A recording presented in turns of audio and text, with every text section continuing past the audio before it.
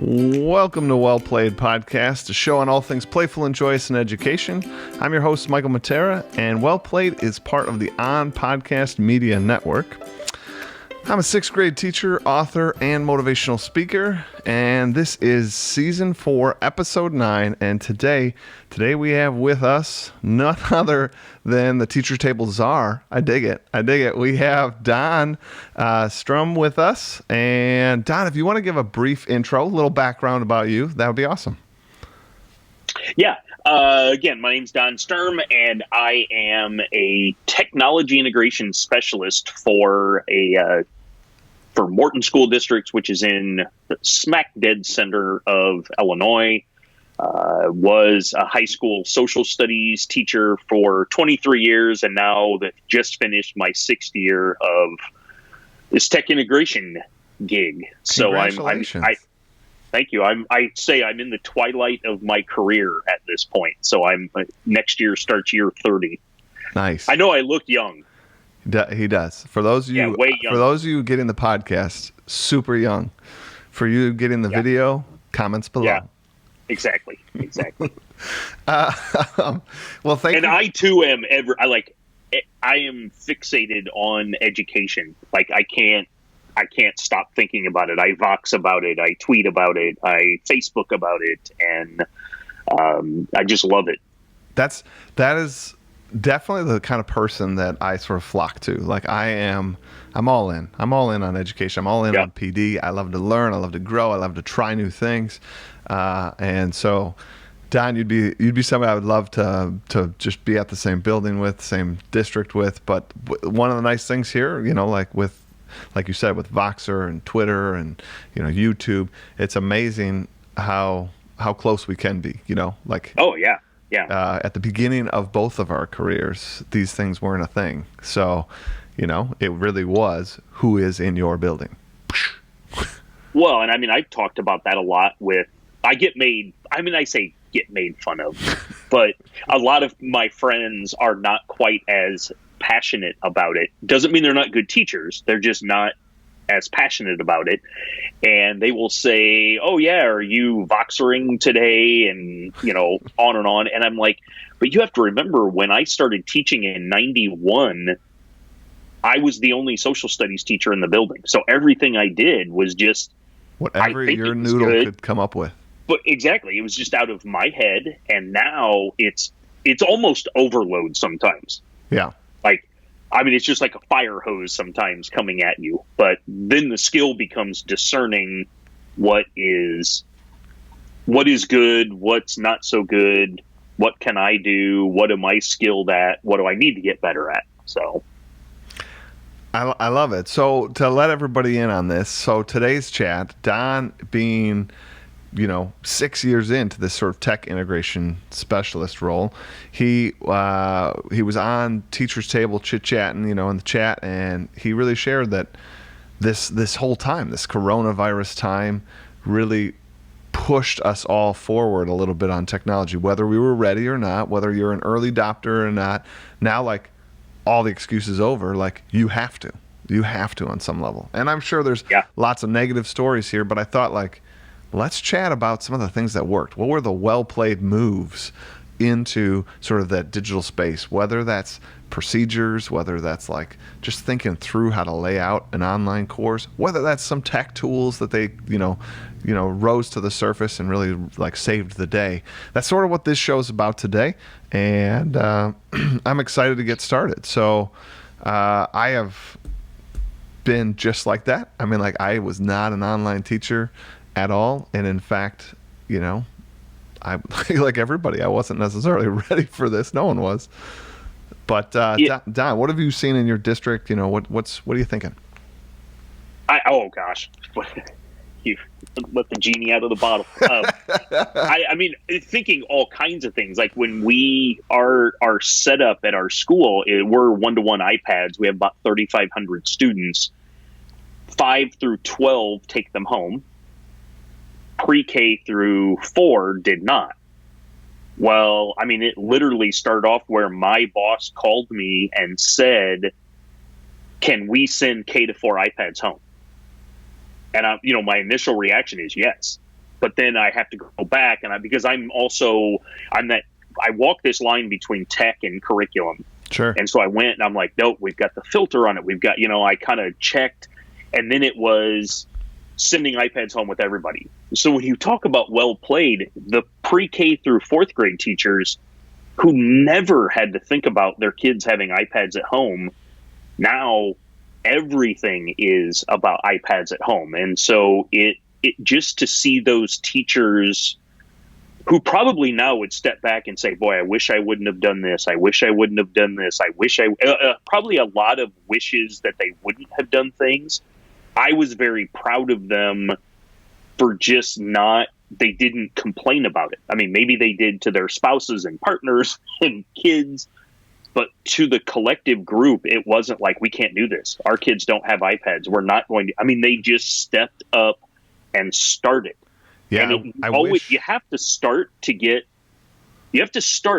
some point that you can now compare and say, okay, what did I do that I didn't like? What did I do that I liked? 100%. Like if there was something in the genes, in the DNA of teachers that I wish I could sort of change, it is, I think we beat ourselves up. Like we are perfection oriented in terms of ourselves. I think we're super compassionate about everybody else's educational journey, but our own.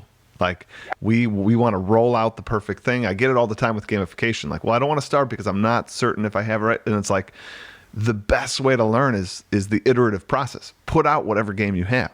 Hey, yep, like I put some tech tools in place that I'm not going to use again. Or procedures that I put in place that didn't actually work in an online class that, wish I did that differently.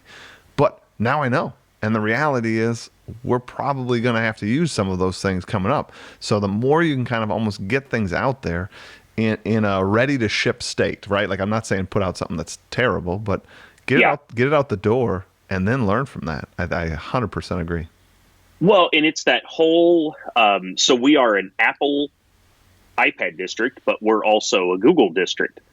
And I think about the experiences of those two companies and the philosophies.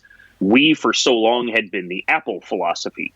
We are going to put out a finished product. And it's going to be perfect when we put it out. Google, nope, we're going to get it to an 80% level. Yep. And then we're going to throw it out there, and we're going to let the people, the consumers, help us craft that remaining 20%. And I think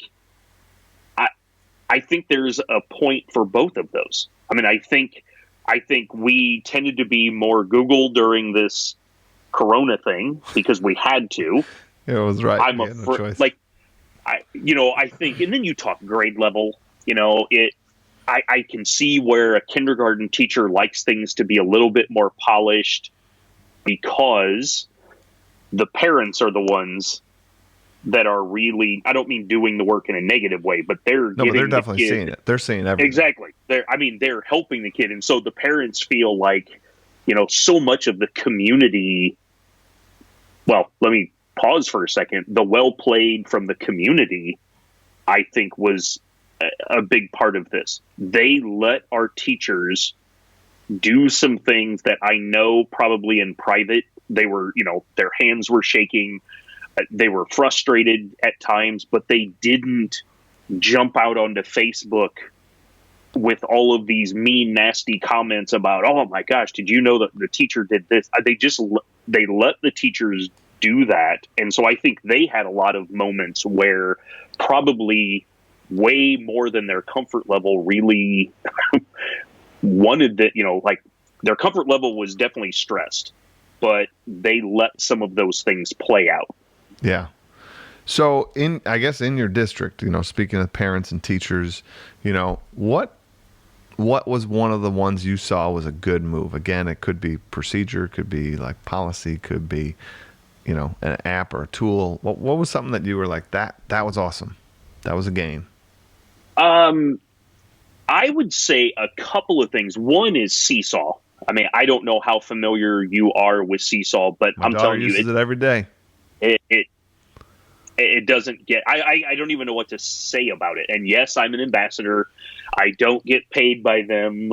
But it's fabulous. And the fact that we went to the school version, the paid version, it was just a game changer for teachers. And I would say earlier elementary teachers, but it was just a game changer because they could see, even teachers who had resisted, because I do a lot of PD for the district, and we have a lot of resistance. We'll just say resistance.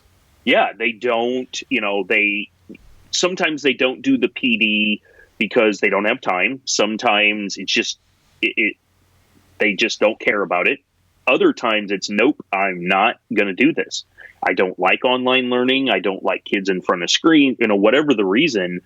But when we went to this paid version of Seesaw and they could see what it's all in one spot. And on an iPad, Seesaw is even better because you're writing. I mean, even if you don't have an Apple Pencil, you use your finger. Got one of those. Got a finger. Write on it. It's not like they're using the trackpad on a Chromebook or whatever. And so I think Seesaw was huge for us. And quite honestly, Flipgrid. I saw so many people that I did 2 1-hour before we went officially to distance learning. Again, because I'm an old hat in the district, my boss said, make this happen.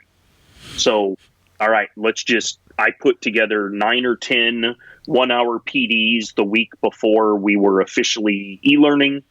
And I thought, I'm going to do 2 of them on Flipgrid. And the people that continued their morning circles with Flipgrid, like that time when they were connecting with kids, and it was like, I told them you can use Flipgrid for that. And they used Flipgrid every single day for 9 weeks for that one thing. They didn't, it wasn't like they were using Flipgrid for everything. It was that one thing. High school teachers that would put articles out for kids to read, and then, okay, let's have a Flipgrid discussion. I mean, it was just, so I would say those 2 things are what I step back and go, wow. I mean, they just did a nice job with those. And now my job is to keep that momentum going. Sure. Okay. So how do you use Flipgrid when you're in class? How do you use Flipgrid, Seesaw now just all the time with your students, and not just because you had to? Yeah. I mean, that's probably a whole nother show with you, Don, is like the re-entry process, like when we do ever return to normal and all that other stuff. How are we going to maintain some of those things? Some of them might get shed, but what gets retained and why retain it? I have to say, Seesaw, like I said, I don't use it for my classroom, but I will say, moving into this, we had all of the lockdown stuff happened while we were on spring break. So I very fortunately had about a week to figure this out before I went live with students. And Seesaw was one of the things I tested, and I really loved it. But I was nervous because it would be a major shift from what I do, and I was so nervous about my students, like the process being too jarring, because the way I use Google Sites, and I put my lesson plans there. They can always get everything there. They can see, if we do a presentation or if we use an app or something, everything's there. The links are there. Everything's there. And I was like, Seesaw could do all of that and probably better, right? But it was one of those things I don't know if I should fully switch how my class works. And actually at the beginning too, we weren't certain if we were going back to school. So it was this might only be for a month. Yeah. So it's is that really fair to now use this whole other system from what we've been using to then go back to the website when we come back? Oh, we're not coming back. But tooling around in that software, holy cow, there is a ton. And I don't care what grade level you are. So if you're listening to this right now, and Don said my first through 4th grade or whatever used it, oh my goodness, there's just a million things. And if you want flexibility, right? If you want to be able to come up with a different activity, I think it's so awesome because there's just so many tools built into this one tool. Does that make it perfect iteration of those tools? No, maybe some outside tools would be better for that one specific task. But the fact that this one tool has so many things, from, like quizzes to like you said, drawing sort of things, to just great organization, great communication tool. Students can interact with you really easily in there. You can have your classes, so online organization's huge, I think, if we're going to go to online teaching more often. And it just did an amazing job. So, I couldn't agree more with Don on that one. Well, and I always struggle. I mean, we used it K to 4 predominantly. Our district has not, at this point, said you have to use this system. I mean, they purchased Seesaw, so that's a pretty big idea that you probably should use Seesaw.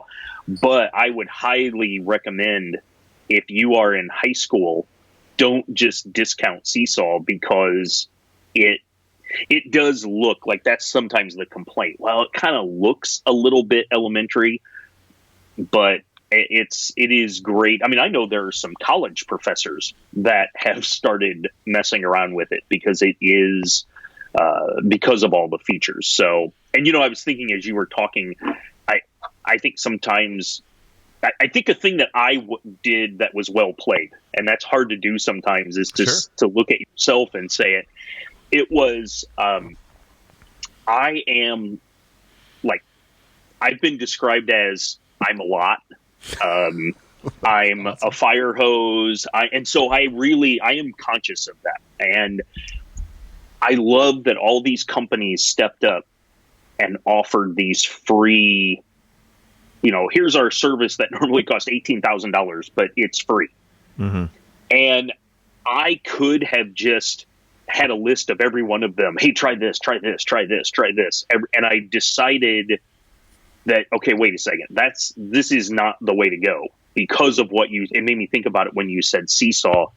Like, now is not the time to just start willy-nilly experimenting with all kinds of things that you've never even done before.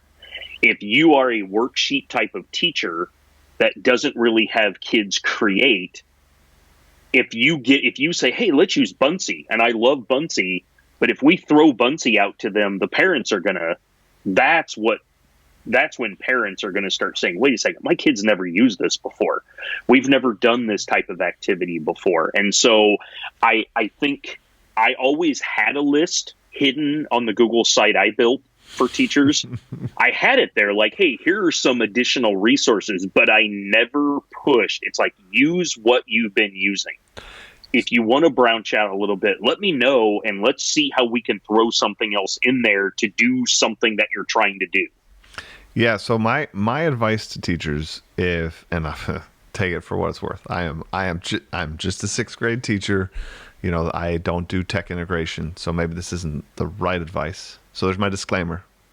But for me, like, the sort of philosophy on trying some of this stuff, both in Corona and not in Corona, is I like change. I like to try that new thing. Where I take greater pause is things that I think are close to sort of the spinal cord of my classroom.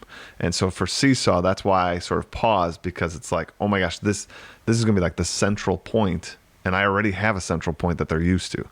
So I want to make sure everybody hears that, like, Don and I are excited to like dig in and try other tools when it's sort of that side thing. So his example of Flipgrid, like, yeah, maybe I'll use that for my advising, like, because that's not touching the spinal cord. That's an offshoot. Like, that's an appendage. So I can say, go out here and try this. But like anything that comes close. So that's why, like, grading, when people are moving to standard-based grading and they're not used to, like, that's a hot button issue because it's close to that spinal cord. Yeah. I love that analogy. I'll make sure I give you credit when I say it in my PDs now. But yeah, I love that, because I remember pre-Corona, maybe a couple of years ago, when Flipgrid became free, and I was really pushing it, I had a teacher that said, my kids hate it. They don't like it. And gave a bunch of reasons why. And in the back of my head, I was like, it's really because the culture of the classroom that this teacher had created doesn't mesh well. Sure. And so I've started kind of saying that look, before you just jump into, let's say, Flipgrid, you have to have a philosophy of student agency in your classroom. If you don't, you're going to probably be using Flipgrid to just, they're not going to react to each other. If all you're going to do is have kids go on camera and give a reaction to something and then they're not going to react to each other, I don't know that I'd use Flipgrid. It's Sure. the important thing there is you as a teacher kind of shut up, throw out what you want them to do, and then you let the kids interact with each other. And so I don't know. I just think we did a nice job of not dealing with a whole bunch of new tools during this time period, because I think that would have, like I said, I think that's the thing that would have set the public off. Mm-hmm. The parents is, what in the world? This is just ridiculous how much stuff. And there was still some complaints over that, you know. Yeah.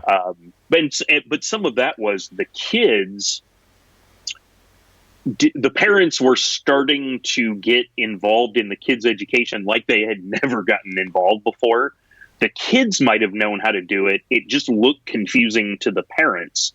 So I think there was some of that as well. I will say so something I'm going to share out. A tool I like a lot and in Corona had become free is a tool called Loom. And love it. I used that both for, well, so let me back up for those that don't know it on the podcast here.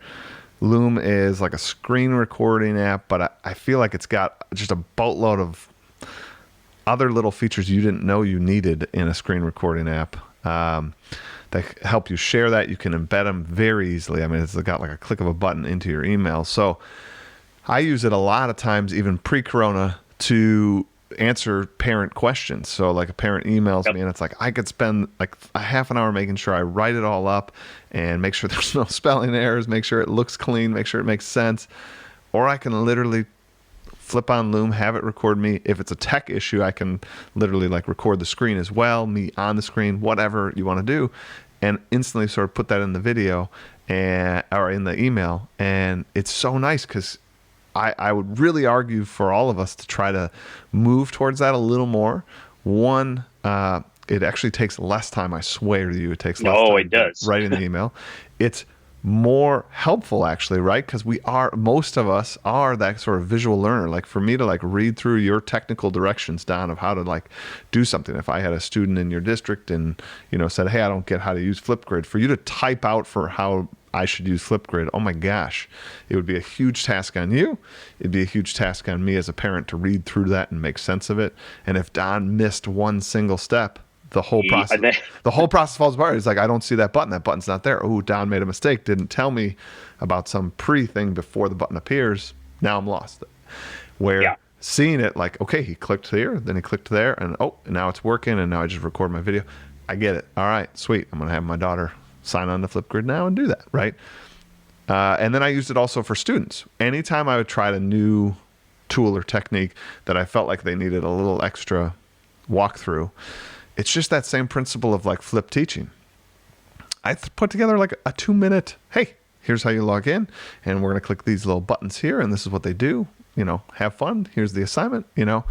And that has been so helpful to like lower the amount of emails I get from students, which helps me, you know, as a teacher be as effective as I can be. And with a simple response back to students when they're like, hey, I don't get how to use the software, I say, did you check out the tutorial video, and throw the link in. And I said, if you still have any problems, just contact me. And I don't I don't hear from them again, because they watched, like they didn't notice that there was a video there, and now they watched it. And so my workload kind of went down, and that allowed me to explore new tools, figure out how to integrate them, right? Like, but if you're just triaging like other people's problems all the time, you have no growth time for yourself. Oh, it's funny when you ended with triage. That was like the first 2 weeks for me.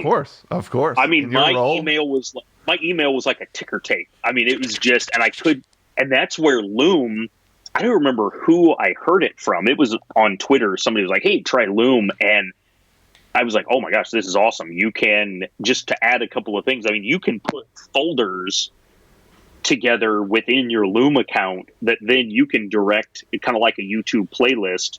Hey, here's this folder, share it out, and then every video that's in that folder is shared. Yep. And as an iOS district, one of the problems, we don't, because we're a public school, we can't go out and buy the top of the line iPad Pro with 1 terabyte of storage. We're buying ones with 16 and 32 gig, and video just eats that up. When you record on Loom, it doesn't record it. It doesn't take up the device storage. I mean, as soon as I saw that, I'm like, okay, this huge gain right there. This is, this is like perfect. I also as a teacher, anybody that wants to check out Loom, the other thing you can do is you can add like a call to action button. So after they watch the video, like at the end of the video, up comes the link, right? Or this button. So if you're even going to use it as like a lesson plan or as a launch to an activity or a launch to a project. So maybe you go through the project directions and then you want them to like go check out the rubric or something, like whoop, like the button can be right there. So kids don't have to be like, well, now I have to go back to his website and click the rubric button. Like it's all right there. I absolutely love it. Love it. And Loom, I'm going to give Loom some credit here, as I think they deserve it. And just as Don did, I am not an ambassador of Loom. I don't get any paid kickback here, but I absolutely love this software. And Loom made a huge, huge switch here. Just like a lot of people said, hey, during COVID, you can teachers, you can get the sort of pro account or whatever. But then they also put in their literature, when this all goes away, they are making Loom pro account free for teachers forever. Yeah, which to me as a teacher, I like change. I like growth. You guys know that from the show, but I also like stability. Like if I'm going to invest in a platform, I don't want to be like, oh man, I fell in love with Loom during this COVID time. Oh, and now it's, $20 a month. My district's not going to pay $240 so I can send emails to, parents video wise. Yeah. So yeah. Oh, and I deal with it. Yeah. To know that's there, to know that like, hey, if you lean into this platform, teachers, that platform's there for you. They're going to make it free for educators. Yeah, Loom is fabulous. Nice. It's one of those. Yeah, that's why when we were on Teacher's Table and you mentioned something about, just the timing of it was funny. You were like, oh, I'm going to share in a little bit. I'm going to share the tool. I had typed in the chat, oh, try Loom. Yeah. And then when you said Loom, I'm like, perfect. That's, it's great. It is a great tool. Well, Don, we are at reflection time. And so we got a good quote today here, and I'm curious your thoughts on this quote, and we'll see what you think here. This one is, when life is good, you are happy. When you are happy, life is good. Knowing the difference is key.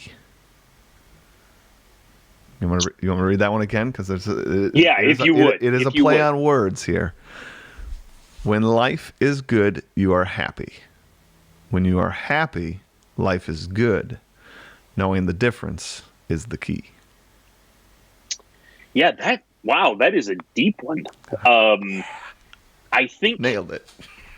Like I go to the coronavirus stuff, and we thought life was good.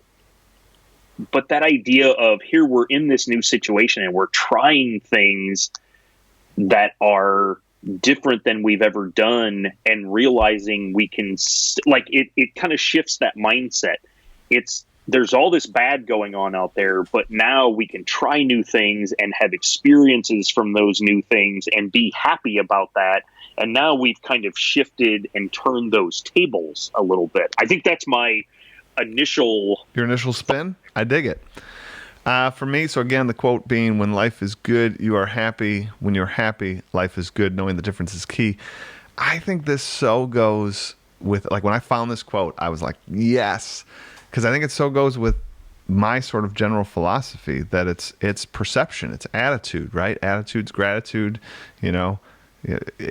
this is all about, like, you are sort of in control of that happiness and how you perceive the world. So, we can sit here and say, like, I wish I was happy because life's good when I'm happy. But, like, or we can choose, on some level to be happy. And the more you choose it, the more you become happy, and then all of a sudden you are happy. You built your own happiness. So I love it, and knowing that difference, knowing that you are in control. Now, there's obviously extenuating circumstances, that will be sad, but on the general, we're talking about the general flow of the day, people, and I think you can kind of create your own happiness. Yeah. Well, Don, thank you so much for being part of Well Played today. Thanks for having me. It was fun. Love having you on. We're going to have to get you on again. I think I love that idea of that re-entry episode. That'd be awesome. And once again, I'm Michael Matera, and Well Played is part of the On Podcast Media Network. Go check out their website. There's all sorts of other powerful PD-packed podcasts on that channel. And today's a great day to enjoy and play. So get out there and do both.